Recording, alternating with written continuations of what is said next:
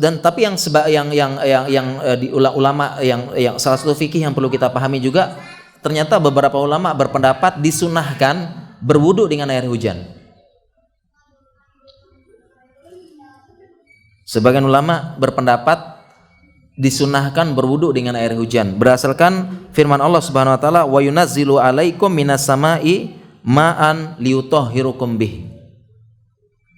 Berdasarkan firman Allah Subhanahu wa taala, kami turunkan kepada kalian ma'an air dari hujan, minas sama'i ma'an liyutahhirukum bih, supaya untuk kalian bersuci. Dari sini Ibnu Qudamah mengatakan yustahabu ayyatawaddoa minal matori idza sala sail. Nah, tapi ini ada qoyidnya. Katanya beliau disunahkan berwudu dengan air hujan apabila dia mengalir. Ya, zaman dulu mengalir dari rumahnya, dari mana, atau dari apa, karena hujan ada bukit dia mengalir. Nah, ini sunahnya begitu. Ya, disunahkan ketika salal sail. Adapun kalau hujan ditampung sama ember pakai wudu, wallahu alam. Bukan ini maksud Ibnu Qudamah. Ya, iza sala sail, kalau dia mengalir. Mungkin zaman dulu dari atap rumahnya atau dari bukit-bukit turun. Zaman dulu bisa. Ya. Kemudian para jamaah sekalian, beberapa fikih hujan juga yang perlu kita ketahui, ini yang fikih yang banyak belum tahu, mungkin kita belum tahu banyak, adalah ketika hujan itu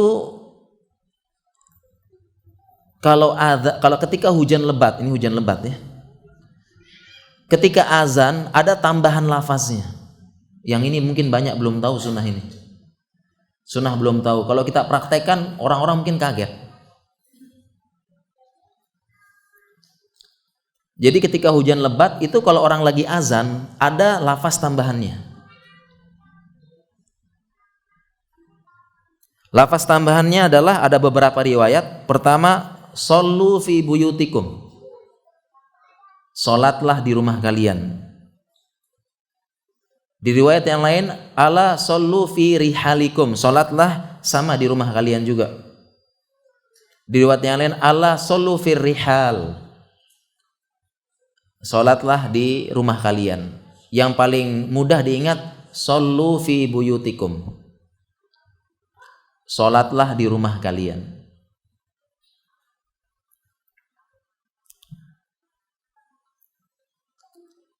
Jadi ini lafaz azan ketika hujan lebat, yang sunnah belum banyak yang tahu.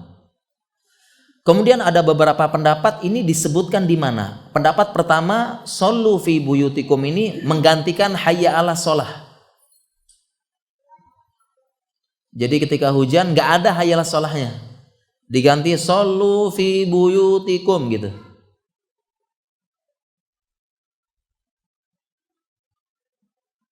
Ini pendapat pertama. Pendapat yang kedua, shollu fi buyutikum diucapkan ketika selesai azan, di akhir azan. Jadi setelah selesai azan, Allahu Akbar, la ilaha illallah, baru kita tambahkan shollu fi buyutikum 2 kali, sebagaimana pengulangan lafaz azan 2 kali, shollu fi buyutikum. Dan beberapa pendapat terkuat, ya. Pendapat terkuat adalah yang dipilih oleh Imam Nawawi. Kita kan Indonesia ini katanya mazhab Syafi'i ya. Katanya gitu ya. Dan Imam Nawawi ini mazhab Syafi'i. Ya, ulama Syafi'iyah. Nah, Imam Syafi'i lebih memilih pendapat yang kedua, yaitu ditaruh setelah akhir azan. Supaya tidak mengurangi lafaz azan yang sempurna. Ya, supaya nggak kaget juga atau supaya nggak salah juga gitu ya, karena kebiasaan hayya sholah ya. Jadi ini sunnah yang banyak belum tahu, bahkan muazin juga belum tahu nih, padahal musim hujan terus lebat. Jadi kita tambahkan di akhir pendapat yang kuat, shollu fi buyutikum, kita sama 2 kali ya, 2 kali. Ini sunnah ini. Banyak dilupakan sekarang karena memang nggak ngaji. Ya inilah fungsinya kita ngaji, belajar. Hanya saja para jamaah sekalian dirahmati Allah Subhanahu wa taala, kita perlu bijak dalam menerapkan sunnah. Perlu bijak. Karena kita punya kaidah darul mafasid muqaddamun ala jalbil masoleh.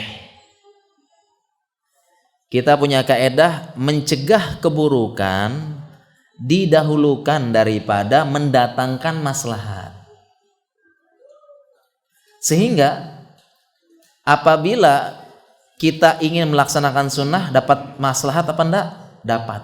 Tetapi masyarakat sekitar belum tahu sunnah ini, bahkan dikira nanti amalan aneh-aneh, nanti mereka protes, ya, ditambah lagi cap Wahabi dan sebagainya gitu ya. Maka lebih bijak tidak kita terapkan kalau masyarakat belum siap dengan lafaz tambahan sunnah ketika hujan, shollu fi buyutikum. Ini lebih bijak kita jangan terapkan sebelum kita edukasi masyarakat. Nah, inilah hebatnya Islam ya, para ulama bijak dalam menerapkan sunnah. Sebagaimana sunnah solat dengan sendal. Solat sunnah dengan sendal. Itu sunnah pakai sendal, solat. Kalau kita praktekkan sekarang bisa bawa sendal khusus yang untuk sholat, bawa aja tuh, pakai bersih kan. Tapi nanti kan dilihat sama orang-orang, ya Allah nih, pantesan Wahabi kayak begini, misalnya gitu ya. Ada-ada aja nih, masya Allah. Dasar Wahabi, misalnya gitu ya. Nah, kita jangan terapkan. Paham jamaah sini ya? Jadi jangan habis kajian ini pulang-pulang langsung sampein ya, atau jangan-jangan langsung ambil alih azan langsung shollu fi buyutikum. Ya dikira aliran apa lagi ini ya. Nah ini pentingnya kita sunnah. Ya alhamdulillah beberapa masjid di tempat saya itu sudah kalau hujan lebat pakai, alhamdulillah. Mudah-mudahan membawa keberkahan gitu kan. Ya ingat ya, shollu fi buyutikum. Ya, itu yang gampang daripada ala shollu fi rihalikum, ya, shollu fi buyutikum. Buyut jamak dari bait, rumah. Kum ya antum, Anda. Ya. Ini cukup penting ya, sunnah insyaallah. Kemudian lanjut lagi yang perlu diketahui tentang hujan adalah ketika hujan kita boleh menjamak sholat. Ini juga mungkin ya ini sebagian orang sudah paham ya, sudah tahu sebagian. Tapi lebih banyak yang tidak tahu. Jadi ketika hujan lebat kita bahkan disunahkan. Ini sunnah menjamak sholat. Karena lebih memudahkan kaum muslimin. Justru kalau ada rukhsah, sunnahnya kita ambil. Walaupun kita mampu. Ini kaedahnya. Karena dalam beberapa hadis disebutkan Rasulullah SAW, innallaha ahabba ayyu'ta rukhasuhu antu tarukhasuhu kama yakrahu ya'tiya ayyu'ta maksiyatuhu. Kama qala Rasulullah SAW, sesungguhnya Allah suka apabila rukhsahnya diambil. Sebagaimana Allah membenci apabila maksiat kepadanya dilaksanakan. Jadi kalau ada rukhsah, sunnahnya malah diambil. Lebih baik ini, lebih Allah cintai. Walaupun sanggup. Jadi jangan lagi safar bareng-bareng ya. Enggak saya lebih afdol enggak jamak. Lebih mantap, lebih banyak rakaatnya daripada ini. Lebih baik jamak qashar, ini lebih sunnah, lebih berpahala. Sama juga ketika hujan, itu sunnahnya itu dijamak. Baik itu maghrib sama isya maupun zuhur sama asar.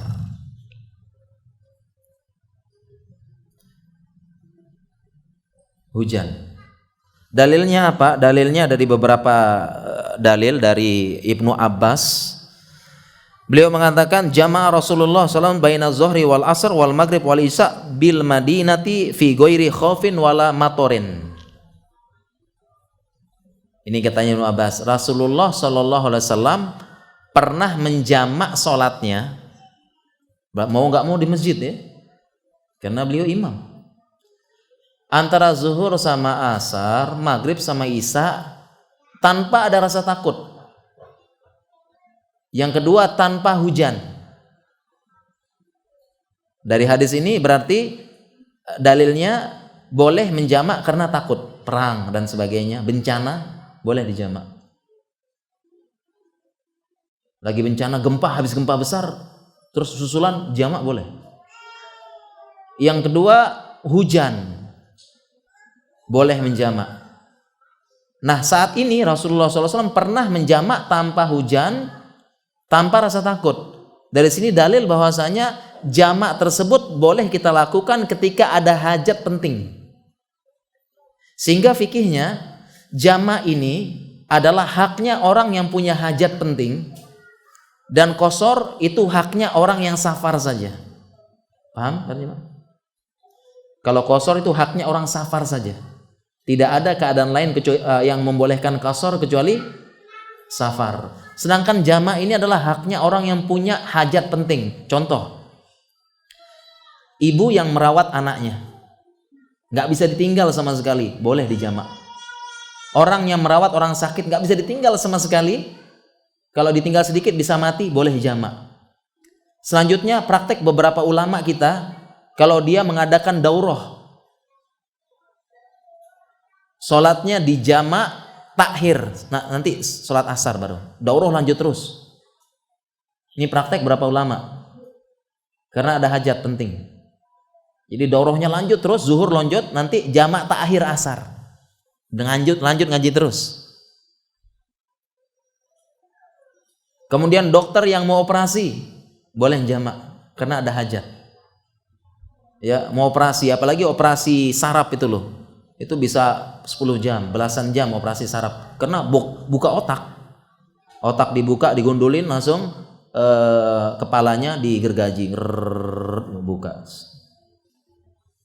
Nah, ini operasinya berjam-jam ini. Bisa 10 jam, 12 jam, sampai 24 jam. Karena yang dibuka kepala, Pak. Ya. Kepala dibuka. Iya, kepala dibuka, Pak, dibor semuanya, baru buka. Kemudian pelan-pelan ya dicari mana sumbatannya, pelan-pelan bongkar. Karena kalau gini sedikit, waduh, langsung bahaya tuh. Pelan-pelan ya buka.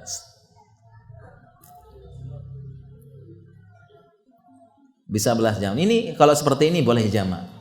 Sebelum sholat jamak dulu, jamak takdim, baru operasi. Boleh.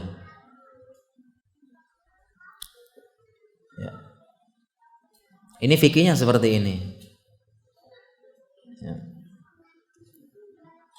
Jadi kalau hujan boleh dijamak, kemudahan. Kemudian, ini juga jangan kita asal jamak saja ya, ada aturannya. Yang pertama, ini hujan yang bagaimana sih yang membolehkan supaya jamak? Jangan-jangan baru rintik-rintik jamak yuk, rintik-rintik.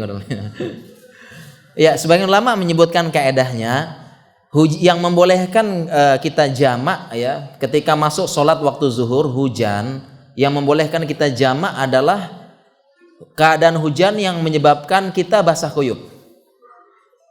Jadi kalau hujan kita keluar langsung basah kuyup semuanya, ini adalah patokannya. Keadaan hujan yang membolehkan kita apa? Jamak, yaitu ketika kita keluar kita basah kuyup.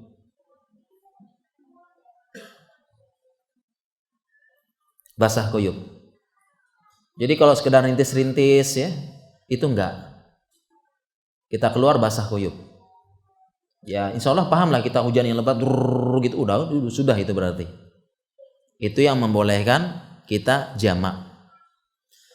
Bahkan sebagian ulama mengatakan setelah hujan pun bisa kita jamak apabila keadaan tanahnya becek dan banjir. Boleh.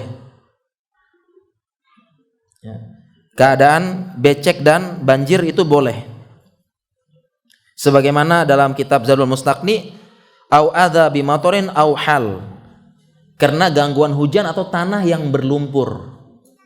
sehingga menyulitkan datang sholat berjamaah. Ya. Ya, jalan yang kotor, jalan yang banjir, berlumpur, susah jalan jamaah, sampai masjid malah kakinya apa? Kotor, itu uzur boleh jamaah. Dan juga ini yang lebih penting lagi para jamaah, kita boleh menjamaah itu adalah bagi orang yang sholat berjamaah di masjid. Ini penting ya. Boleh menjamaah itu bagi orang yang sholat berjamaah di masjid. Jadi jangan lagi hujan, nggak berangkat ke masjid, sholat di rumah, di jamaah nggak boleh. Di rumah ya nggak boleh jamaah sendiri. Kenapa? Karena jamaah ini adalah rukhsah bagi orang yang mau sholat ke masjid. Sehingga untuk selanjutnya dia nggak bisa datang lagi. Atau bahkan nggak bisa pulang ke rumah. Ketahan di masjid. Sehingga pulang-pulang dia sudah agak lega sedikit. Ya, pulang-pulang bisa selesaikan urusan macam-macam, urusan ini. Kan ketahan di masjid kan? Hujan lebat ya. Sedangkan di rumah, di rumah ada tugas, ada PR, ada apa nih. Itu kan? Nah, karena sudah dijamak, pulang-pulang lolos langsung kerja, enak. Rukhsah kan ini. Tapi kalau di rumah sendiri, gitu ya, hujan lebat jamaah nggak boleh. Walaupun jamaah sama istri di rumah nggak boleh. Ya, yang boleh jamaah adalah di masjid. Kemudian fikih selanjutnya, yang berhak melakukan jamaah adalah haknya imam. Yang berhak melakukan jamaah adalah haknya imam. Jadi kalau hujan lebat di masjid, imamnya nggak jamaah, jangan jamaah. Jangan nekat buat jamaah sendiri, jamaah terus, nggak boleh. Jamaah itu haknya siapa? Imam. Jadi walaupun hujan lebat, imamnya nggak jamaah, nggak boleh kita nekat sendiri. Yuk. Ya, imamnya nggak mau nih, kita yang jamaah sendiri, nggak boleh. Itu haknya imam. Dan yang kedua nggak boleh paksa-paksa imam juga, Pak. Jamaah Pak, enak dia nggak mau, nggak boleh maksa-maksa ya, nggak boleh. Ya, ini haknya imam. Kalau imamnya paham sunnah, alhamdulillah. Imamnya ngajak sholat jamaah, alhamdulillah. Walaupun hujannya sebentar, intinya saat itu hujan lebat. Kemudian sholat, kemudian dijamak, bahkan sudah sholat jamak nih, sholat asar. Setelah salam, berhenti hujannya, sah sholatnya. Yang penting saat itu hujannya lebat. Ini pentingnya punya imam paham sunnah ya. Dia hujan lebat, kita jamak para jamaah sekalian. Ya jamak, 4 rakaat sholat asar. Supaya pulang kita mudah. Ya, tinggal lanjut terus pekerjaan yang tertunda karena hujan. Ini kemudahan dari Allah Subhanahu wa taala. Ya, menjamak. Ya. Menjamak hujan, menjamak apa nih ya. Dan ini sayangnya sepertinya belum semua masjid menerapkan. Belum semuanya ya sepertinya, atau belum tahu, atau mungkin kaget mungkin nanti ya. Diterapkan ini kaget nanti, belum tahu sunnah. Ya. Dan bagi imam, walaupun dia sudah jamak, dia wajib sholat asar lagi, sholat sunnah mengimamin manusia, paham ya? Jadi bagi imam, ya, imam masjid, walaupun dia sudah jamak sholat asar, jamak takdim, nanti asar dia tetap mengimamin manusia lagi. Dia sholat sunnah, dia statusnya sholat sunnah, ini sholat wajib. Jadi imamnya tetap ngimamin. Itu konsekuensi jadi imam. Jadi bukannya setelah dijamak kemudian asarnya nggak ada sholat jamaah, enggak. Tetap imam menyolatkan manusia, memimpin. Bagi yang belum sempat sholat jamaah, ini fikihnya. Makanya cukup penting ya ada fikih untuk imam, fikih untuk jadi jangan asal angkat gitu. Siapa muazinnya? Ini nih, nggak ada kerjaan, gitu ya dia. Dia aja nih. Kurang dia nggak ada kerjaan, nggak sibuk, dia aja yang mesti muazinnya. Ya perlu belajar juga ya kaidah ya muazin, ya fikihnya imam juga demikian.